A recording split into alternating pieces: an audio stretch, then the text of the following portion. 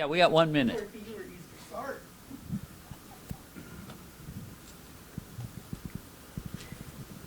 Good morning, everyone, and welcome to Unity of the Hills. Here we are in the beautiful hills of the Ozarks. We're so happy that you're here, and also welcome and hello to all the folks in Zoom land. We're glad to have you on board this morning. Thank you for coming with us. And now we're going to start our day with prayer.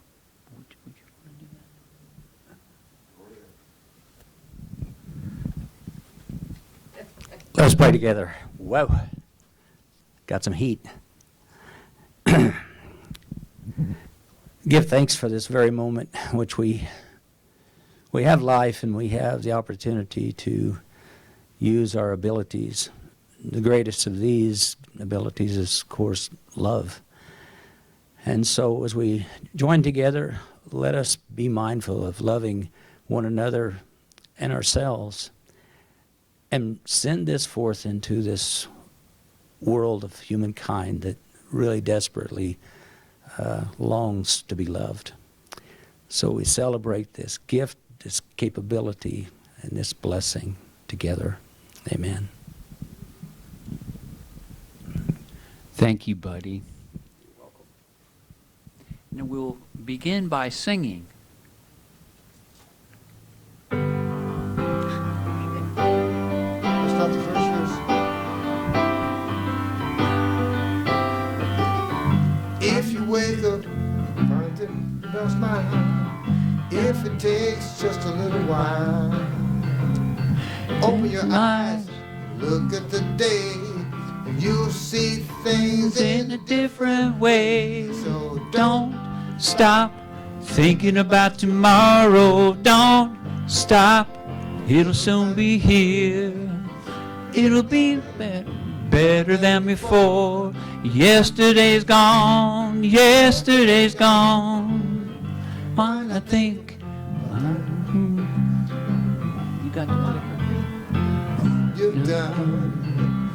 If your life was bad to you, Just think what tomorrow will do. so Don't stop thinking about tomorrow. Don't stop. It'll soon be here. It'll be yesterday's before. gone. Sorry. Yesterday's gone. Yesterday's gone.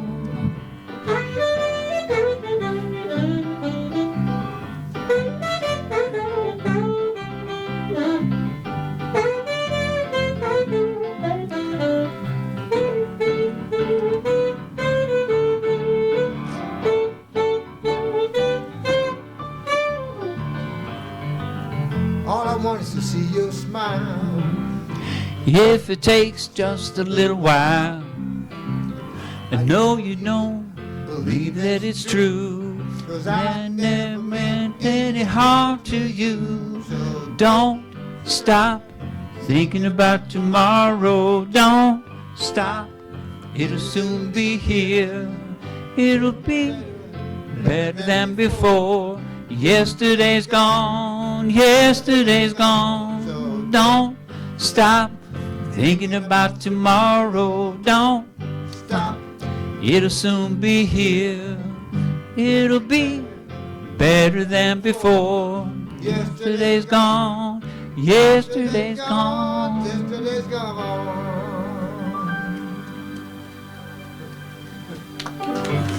Sorry. Thank you. Now, if you would, read with me the affirmation of faith. Unity is a positive, practical, progressive approach to Christianity based on the teachings of Jesus and the power of prayer. Unity honors the universal truths in all religions and respects each individual's right to choose a spiritual path. We believe every person is an expression of God, and our thoughts have creative power. Inspired by Spirit, Unity of the Hills fosters unconditional love and acceptance by embracing diversity, creating an environment that encourages people to love one another and grow together.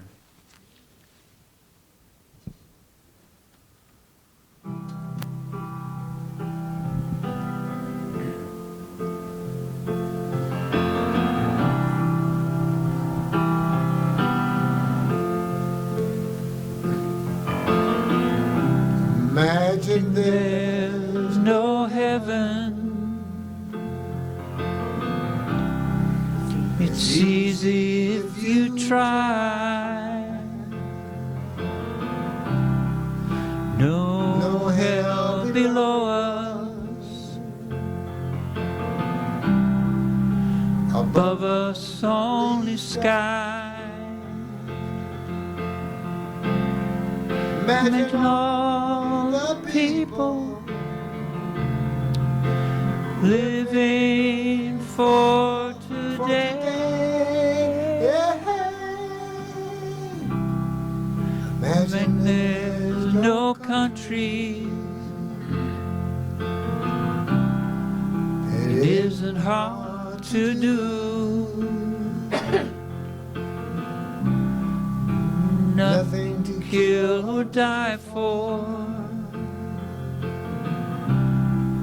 No religion too. Imagine all the people living life in peace. You may say I'm a dreamer, but I'm not the only one. I hope that someday you will join us, and the world will be as one.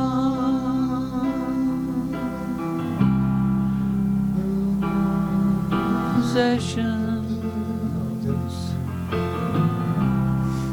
I wonder if you can. No need for greed or hunger. A brotherhood of man. Imagine all the people sharing all the world. You May say I'm a dreamer, but I'm not the only one. I hope that someday you will join us, and the world will live as one.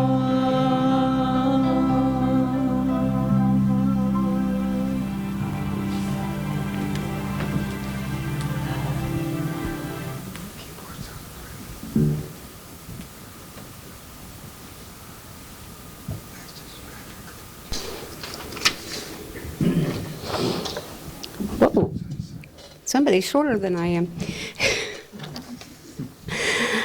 Today's daily word is smile.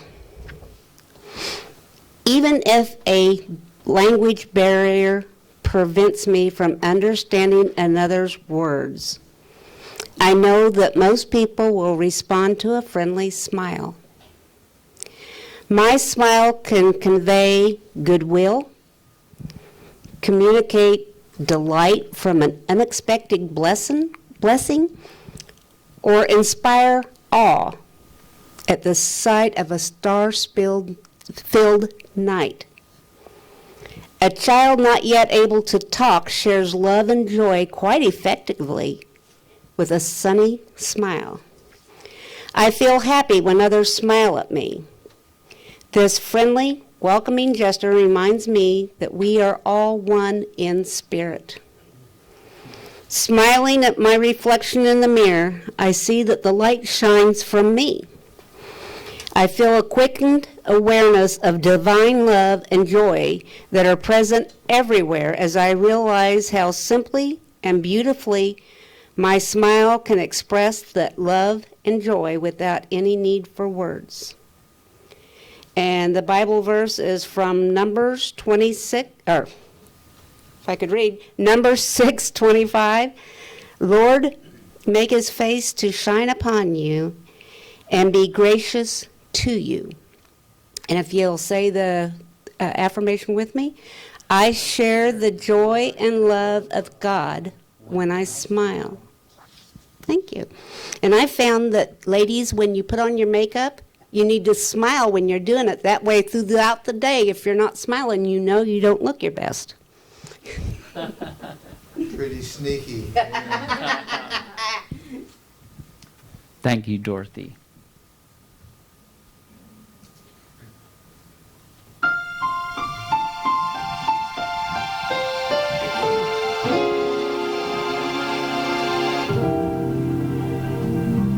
I was born by the river in a little old tin, just like the river. I've been running ever since. It's been a long time coming, but I know change gonna come. Oh, yes it will. It's been too hard living, but I'm afraid to die. 'Cause I don't know what's up there beyond the sky. It's been a long time coming, but I know change gonna come. Oh, yes it will. So I go to the movies, and I go downtown. Somebody keeps telling me, don't hang around. It's been a long time coming, but I know change gonna come. Oh, yes it will. Then I go to my brother, and I say, brother, help me please. But it winds up knocking me back down on my knees. There's been times when I thought I couldn't last too long. Now I know I'm able to carry on. It's been a long time coming, but I know change gonna come. Hey, yes it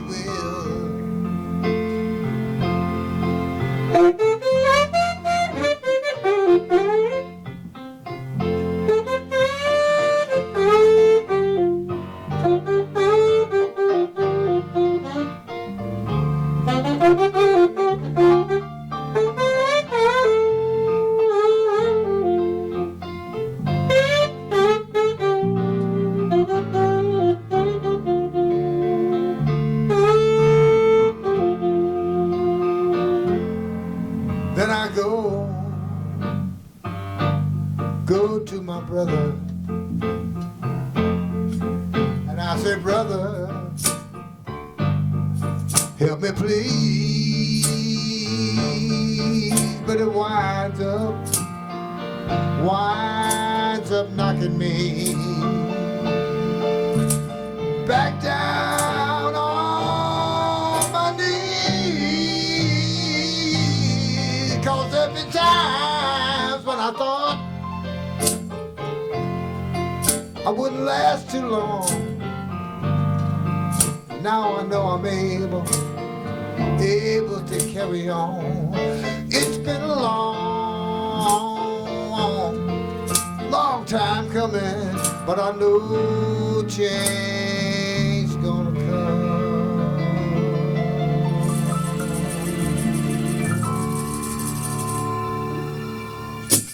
Yo. Woo-hoo. Thank you very much, Jimmy, Terry, Got a and pack in Buddy. here too, boy. That was great. Thank you.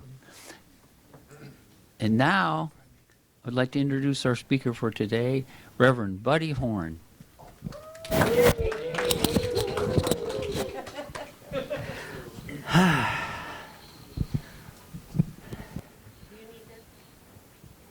Nope. I don't need that.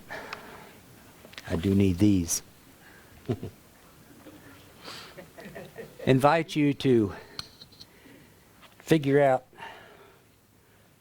what this is that I'm going to read about right here. When wireless is perfectly applied, the whole earth will be converted into a huge brain, which in fact it is, all things being particles of a real and rhythmic whole. We shall be able to communicate with one another instantly, irrespective of distance. Not only this, but through television and telephone, we shall see and hear one another as perfectly as though we were face to face, despite distance. And despite intervening distances of thousands of miles. And the instruments through which we shall all be able to do this will fit into our vest pockets. What do you think is being described? Cell phone, what else?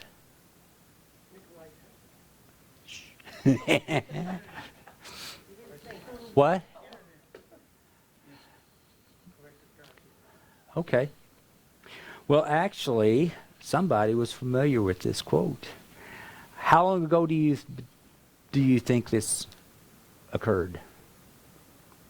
Take a guess. That's a pretty good guess. That's a pretty good guess too. It was 1926, and it was Nikola Tesla. Isn't that amazing? Now, that's 90 some years ago. That's so far before so many of the technologies that we're familiar with now. How in the world did a human being envision something like this?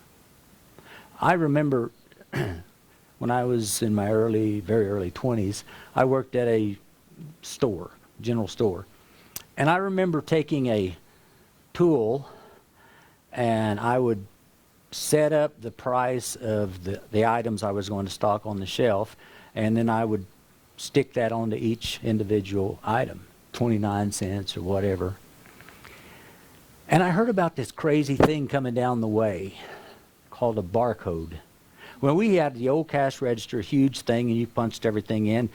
It would give you the amount, but it certainly didn't give you, okay, change back. You had to figure that up. And I got really good at it.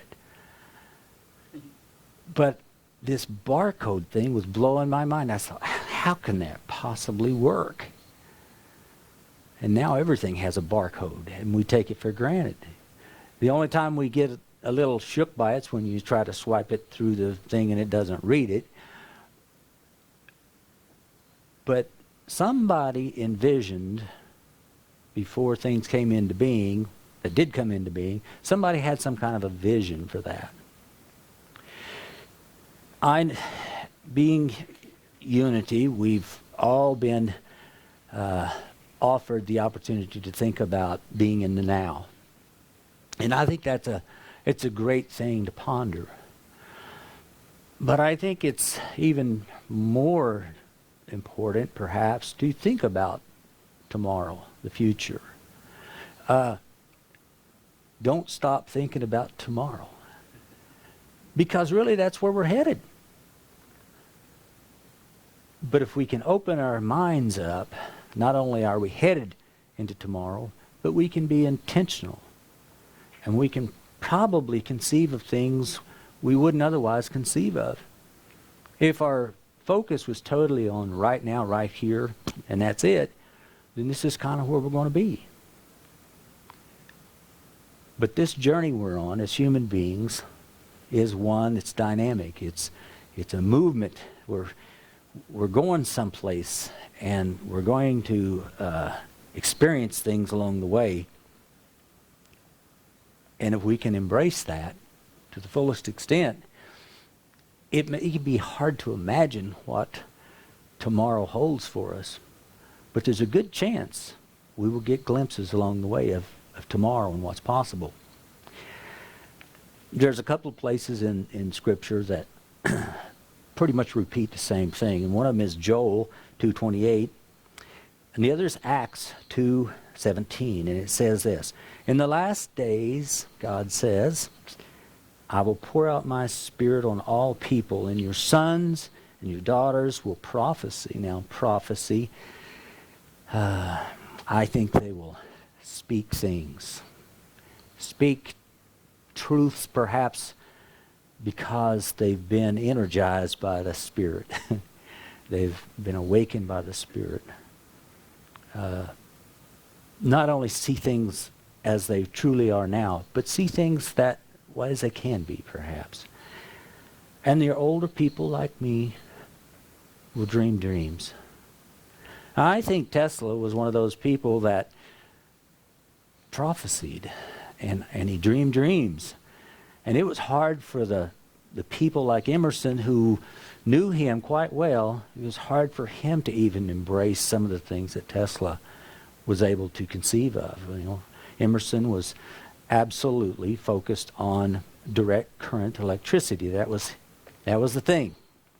And he actually campaigned, if you will, against this alternating current that Tesla had. But yet, now both are in existence. But look how much more humankind has with alternating current electricity versus the limitations that come along with direct current. Tesla saw something, or the potential of something, and he embraced it, and we all moved forward because of it. I meant to ask you earlier, Skip, this question, because you mentioned somebody that spoke this way: let us think and let us make decisions based upon how it will impact 7 generations yet to come. Now, I don't know who that was, but I was watching a documentary of a native people up in Alaska that shared the same thing, and maybe that's who you saw it from. The chief or one of the elders of these people said this very thing. He said, "We make decisions based upon how it will impact 7 generations down the road." Now, that's hard to grasp, but I think there's great wisdom in that way of being in life. And I think that's the calling that we have before us. You know, so much today is geared towards right now, instant gratification, what I want right now, what's in my best, quote, interest right now, instead of thinking about what are the ramifications of that? How does that really, how is that going to look? How is that going to be experienced? What does that mean? There's again, a native tribe of people that live along the Amazon River. And fishing is their main source of food. And the elders have the knowledge of how to fish the way that they've fished for generations. And what they do is they go to an area of the river, because there's little tributaries coming in feeding. And they go to an area of the river, and they'll fish it one time, and they don't go back for at least 3 years. And they take the young boys and girls, and they use them to help learn how to catch the fish. And it's quite a process. They actually cut bamboo, weave these things together. It kind of looks like a big long trough that lays downstream. And the elders are down here. They have some kind of a plant there that they beat the leaves and stuff. And when they put that in the water, it's sort of, it's not like a poison, but it stuns the fish. And then the younger ones will get upstream and they will begin to beat the water, slap the water, and walk down the stream. And the fish, of course, move down, and they come into this kind of like a seine of a thing, and they toss them all out. Now, I thought that's remarkable. The elders know we're going to fish this spot one time, even though it's a bounty crop, one time, and we're not going to go back for at least 3 years to this spot. And I thought how different that is than me growing up in the area. I used to hunt, and I remember going off into the national forest and finding signs of deer. And I'd go there and I'd hunt, and I'd go back the next year and the next year. And I'd tell people, and pretty soon there's no deer, because I wasn't mindful of what's the impact of this behavior on this situation. Same way with fishing. Go find a place where there's some fish, and guess where we're going tomorrow night or tomorrow day? It's the same place and fish that same spot until, wow, not catching anything. Got to go find some other place. The mindset was upon me here now and no thought of tomorrow. And that's not sustainable. In any way of life, that's not sustainable. But that seems to be the orientation of so many people. So there's something we can do about it. I was watching a documentary of Hispanics, construction workers down in Dallas and Houston. It was quite upsetting. The construction companies down there were, and I think probably still are to a great degree, they'd hire these guys, whether they're documented or not, and they'd have them out there working on a building. And you've been to Texas probably. It gets hot down there. Well, sometimes it might be 105 degrees and up. And they would work these people without giving them a break, without giving them a chance to get water. And some would fall to their death because they just, get disoriented, get dehydrated, have heat strokes. All kinds of accidents and deaths are occurring. And so, because they are who they are, they didn't have any real representation. They did the best they could. They joined together, and they would go to the city, and they would petition for, cause these companies to give us a 10-minute break every 4 hours. Now think about that. 10 minutes in 4 hours. That's not much. You're not going to rest a whole lot. And if that's your only time to get water and it's 105 degrees plus out there, you're still in trouble. But it was amazing to hear the people on the city council's response. I don't know why we're hearing this, they'd say. If we give you what you're asking for, it's going to slow down construction. It's going to hinder our economic development. And then ultimately that's going to hinder you. So no, we're not going to do it. This went on over and over and over again. Until finally it got through. And they were awarded 10 minutes every 4 hours. There's another practice going on down there, and I have no doubt this is still going on. Not just there, but they'd work... Folks pay them for a while. And then oftentimes a subcontractor would either pay them less money than what they had been getting or just not pay them at all. And in some cases, because they were undocumented, they had nowhere to go. In some cases, they were documented but nobody would really listen to them. And this one couple, this lady came from Guatemala. She learned to be an electrician there, actually was certified, and married a guy, and he became an electrician, and they were working for subcontractors. And same thing happened to them.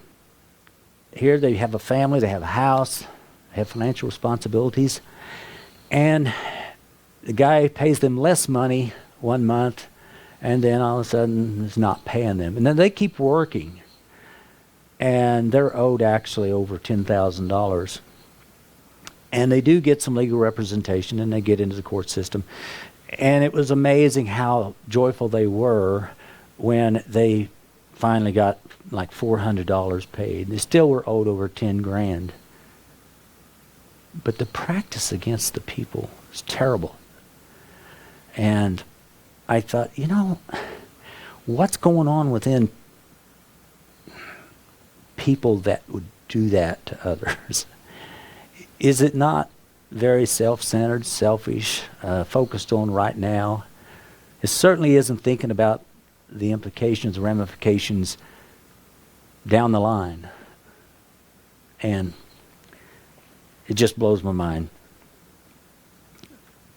I think about climate change. You know, I watched the reports on the fires in Russia as well as in our West Coast area. And they're saying, hey, there's so much going up into the atmosphere that it's going to have a big impact upon our global warming situation. And I heard a person from California saying, you know, this is the result of climate change. And I'm listening to that and I'm thinking, yeah, but what do we do about it? And I look and listen and I don't hear any real discussion about that. And I think, well, what does that mean for 7 generations down the road? And I think, wow, you know, what do we do? What can I do? What can you do? Well, perhaps think about tomorrow. Think about tomorrow and make choices, decisions, take action that reflects careful thought of that. I don't know if everyone was here when I talked and I mentioned this wonderful source by Charles Neal, Revelation, the book of Revelation. Isn't that amazing? The Road to Overcoming is the subtitle of this book. And chapter 3 brings out a beautiful message that I think humankind is certainly in need of. And by the way, just as a reminder, metaphysically, Charles Fillmore and Charles Neal say that Revelation is like Christ speaking to each one of us personally. And each one of these churches that are mentioned is some aspect of our life, our being, our journey. And in this chapter, it comes and it says, hey, I see you. I know who you are. I know your works. But you're Philadelphia, which means brotherly love. It's a very positive. The whole book of Revelation is a very positive book if you understand it metaphysically. And this is a very positive affirmation. So it's speaking to that part of us that's compassionate and loving, feeling connected. And it's an encouragement. It says, I know your works. Behold, I set before you an open door. And no one can open, no one can close it. This is the work of Christ. It's forever an opportunity for us to move forward, moving into tomorrow with intent, with awareness. Yesterday truly is gone, as the song says. tomorrow's really where we're needing to look to. If we just look to yesterday and whether we're either celebrating what happened or we're in regret of what happened, we're missing it. But tomorrow, what will that tomorrow be? What will we choose for tomorrow? And the best outcome will be when we remember this part of Revelation, this connection we have with one another, this opportunity to think lovingly, caringly, supportively in relationship, not only with one another, with our whole environment. Jesus said, unless you become as a little child, you can't enter the kingdom of heaven. And I've watched both Tom Hanks' version of Mr. Rogers and the documentary of Mr. Rogers. I recommend both of them tremendously, over and over and over again. But watching that one, and again yesterday I watched the documentary of Mr. Rogers, I was amazed at his approach, his sense of brotherly love. He cared about people. He cared about these kids. And he asked them questions that are so important to ask. And because he would instill in their minds, you're perfect just the way you are. That song you wrote is beautiful and so powerful. This is how he addressed people. He would acknowledge some aspect of their life experience, and he would explore their feelings of that. He would ask about that, and he would affirm over and over again. He was never judgmental of these children, and really adults either. He was extremely compassionate. I know why I didn't connect with Mr. Rogers when I was growing up. Because he had this wonderful calmness, and he just slowed time down and entered more and more deeply into the hearts, and the kids entered into his heart in the relationship of that program, that time frame. Well, I grew up in chaos. Total chaos, anxiety all the time, never at peace, never feeling affirmed, never really hearing I love you. So that's like a different planet or different life experience altogether for me. I couldn't connect with him. Now I can. Now I get it. Now I know what he was saying, why he was Mr. Rogers. And I know why the kids just were drawn to him in an amazing way. Big and little kids, by the way. What would it be, because you see Mr. Rogers wasn't about in this moment. He really believed that by communicating with these people the way he did, that their whole life would be blessed by that. It was something they were going to take forward. It wasn't an immediate gratification and it's over. No, it was instilling in them a love for themselves, an appreciation for themselves, a capacity for compassion, and hope. You know, if we don't love ourselves, if we're only thinking about getting or controlling, there's no hope in that. Hope comes, peace comes from accepting what we teach in unity, that we are love. And that's what he was about. I thought of this question. It's interesting. After he passed on, there was a lot of people attacked him. One of the things they said was, You're teaching children to be narcissistic by telling them they're perfect just the way they are. Think about that. You're teaching children to be narcissistic by telling them you're perfect just the way you are. Are you perfect just the way you are?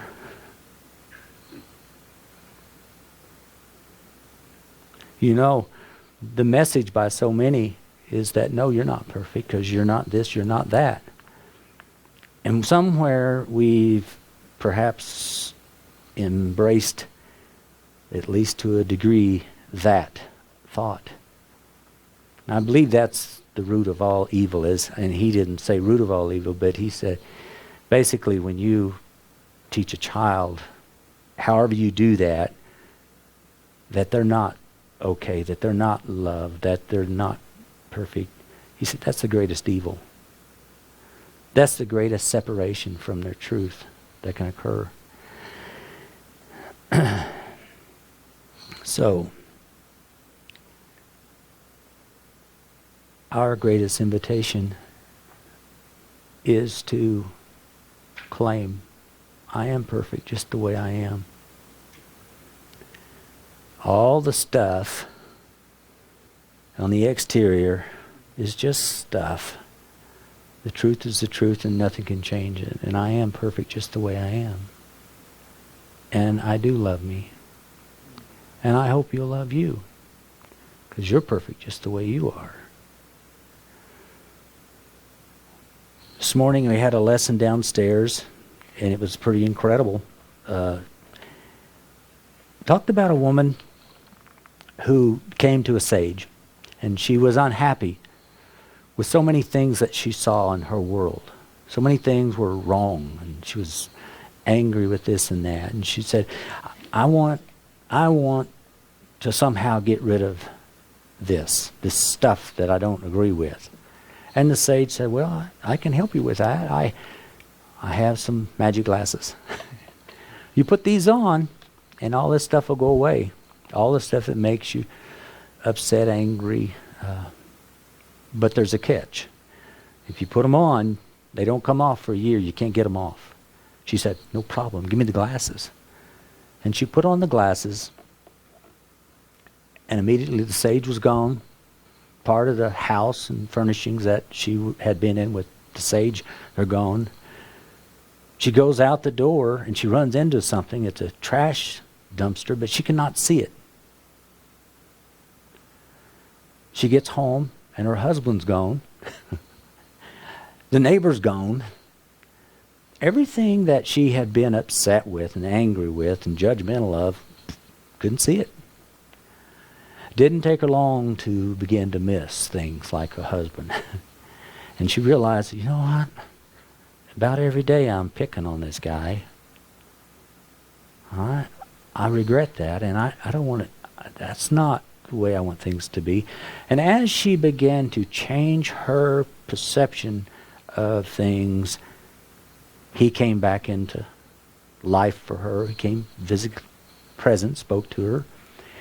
And things started reappearing. So after a while, a year rolls by, and she goes back to the sage, and she's so thankful that all these things that she had been focused on and upset with and at odds with, judgmental, she was glad to have all those things in her life. We can't change all of our external circumstances. Therefore, what good is it to us to focus on those things? The only thing we can really change is the perception we have of ourselves and one another. And I think that's really all we're here for. But it's pretty significant to me to think about when I learn to be less judgmental of myself and more appreciative of myself and of others. When I learn compassion, or instead of blame, when I learn that there is a child within each one of us that has some wounds, that really is hungering for somebody to ask the right questions and to listen and to affirm, that is going to carry forward generation after generation after generation. Maybe more than 7 generations. And by the way, metaphysically and biblically, 7 is it's an idea of whole, complete fulfillment. 7 generations. What can I think or do in this moment that will bring about wholeness and completeness, fulfillment, 7 generations out? Nothing greater than love. Love of self and love of others. And it doesn't cost anything. And it's the only good way of addressing what we perceive as problems in our world. Take time to stop and listen. Ask the real questions like, do you feel that you're worthy of love? Do you feel good about yourself? And be affirming in response. Unless you become as a child, I think we're all children, just waiting to be loved. So let's do it. It's a gift we can give. So, Terry, would you play Imagine as we take some moments and be together?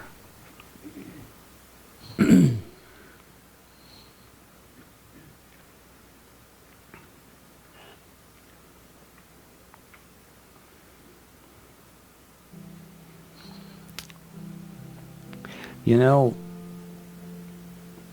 we've all heard this powerful song many, many times and appreciate it. We all live this song if we allow ourselves. Imagine a world of brotherly love. A world where we don't seek to control. We don't seek to own, possess. And we certainly have no need or desire to be a burden to others. But a world in which we look through the eyes of love. First, into our own eyes, so that therefore we can look out and see others and speak only love. You know, there's a spirit in us that just celebrates the fact that we're waking up. That we are servants. And the service we provide is loving one another as we journey together.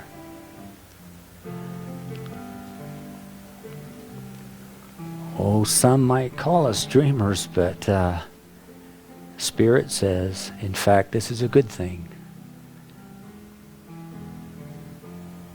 Some may say, well, that sounds kind of weak to say you love others. But Spirit says, I love you. So we accept our journey. We accept this gift. We accept those with visions and dreams. In fact, we'll be that person. And we'll send forth love. knowing that generation after generation will be fed what they most need because of this decision.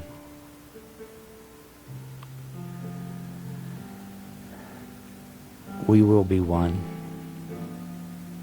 in the power of this love.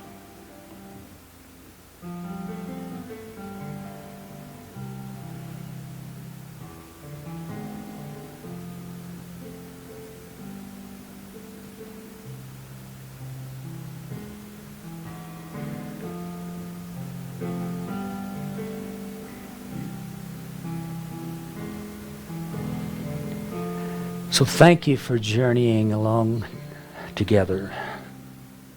Thank you for being in my life and for allowing me to be in yours.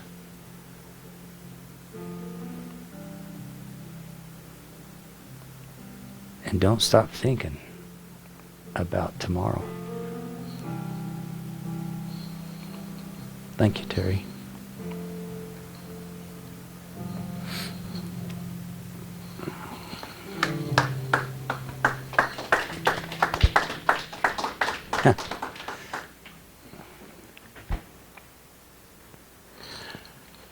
Was my mic turned on? My light's not on.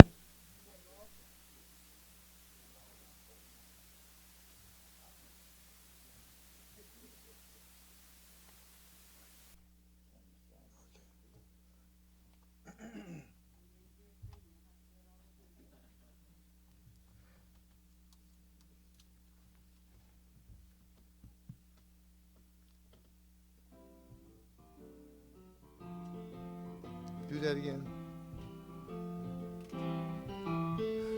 Grab your coat and get your hat. Leave your worries on the doorstep. Life can be so sweet on the sunny side of the street. Can't you hear that pitter-pat? Hey, that happy tune is your step. Life can be so sweet on the sunny side of the street. I used to walk in the shade with those blues on parade, but now I'm not afraid. This rover crossed over. If I never have a cent, I'll be rich as Rockefeller. Gold dust at my feet on the sunny side of the street.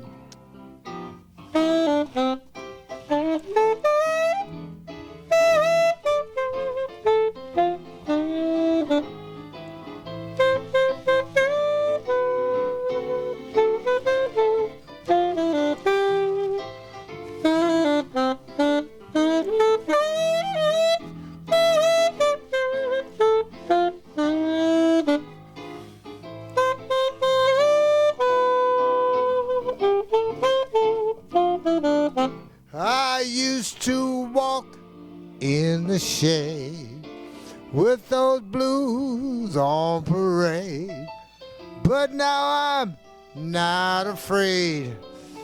This rover, well, it done crossed over. If I never have a cent, I'll be rich as Rockefeller.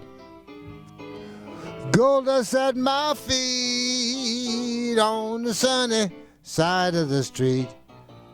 On the sunny side of the street. On the sunny side of the street.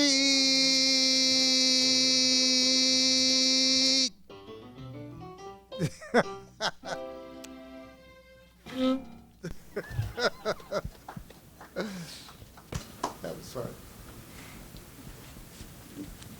We have now reached the part of our morning to be grateful, and I think it's a great place to start right at this moment. We're grateful for Jimmy and Terry and Buddy playing this wonderful music, and thank you so much.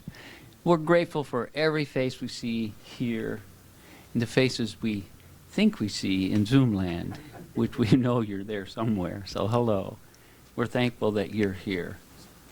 And I think we have a great piece of wisdom to leave with, that it sounds like if we start by loving ourselves, then we are even in a better position to love each other. And thank you, buddy, for all you've guided us on. And in a real physical nature, we've got a basket back here for our gifts.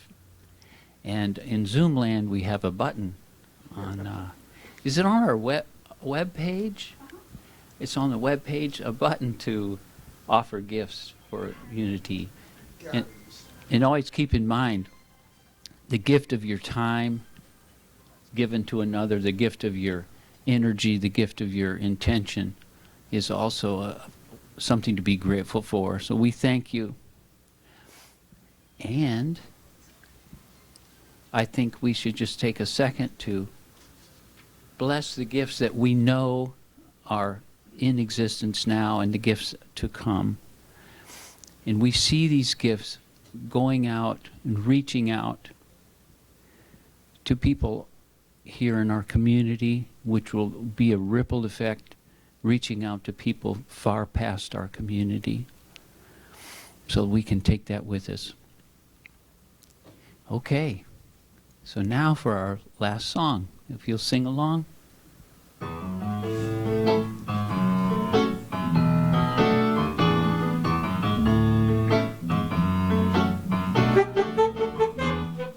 Relax, let go, release and surrender. Relax, let go, release and surrender. Relax, let go, release and surrender. All is well, all is well. I relax, let go, release and surrender. I relax, let go, release and surrender. Relax, let go, release and surrender. All is well, all is well. And every day I affirm and pray that I'm loving everything I have. My fear is also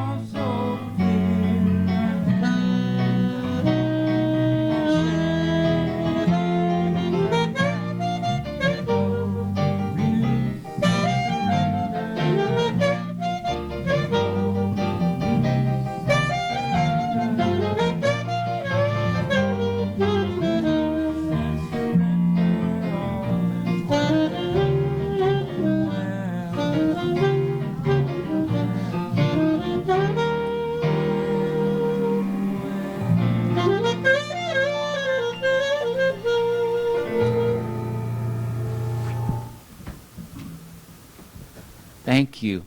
And join with us for our prayer of protection. Okay. The light of God surrounds us. I am the light of God. The love of God enfolds us. I am the love of God. The power of God protects us. I am the power of God.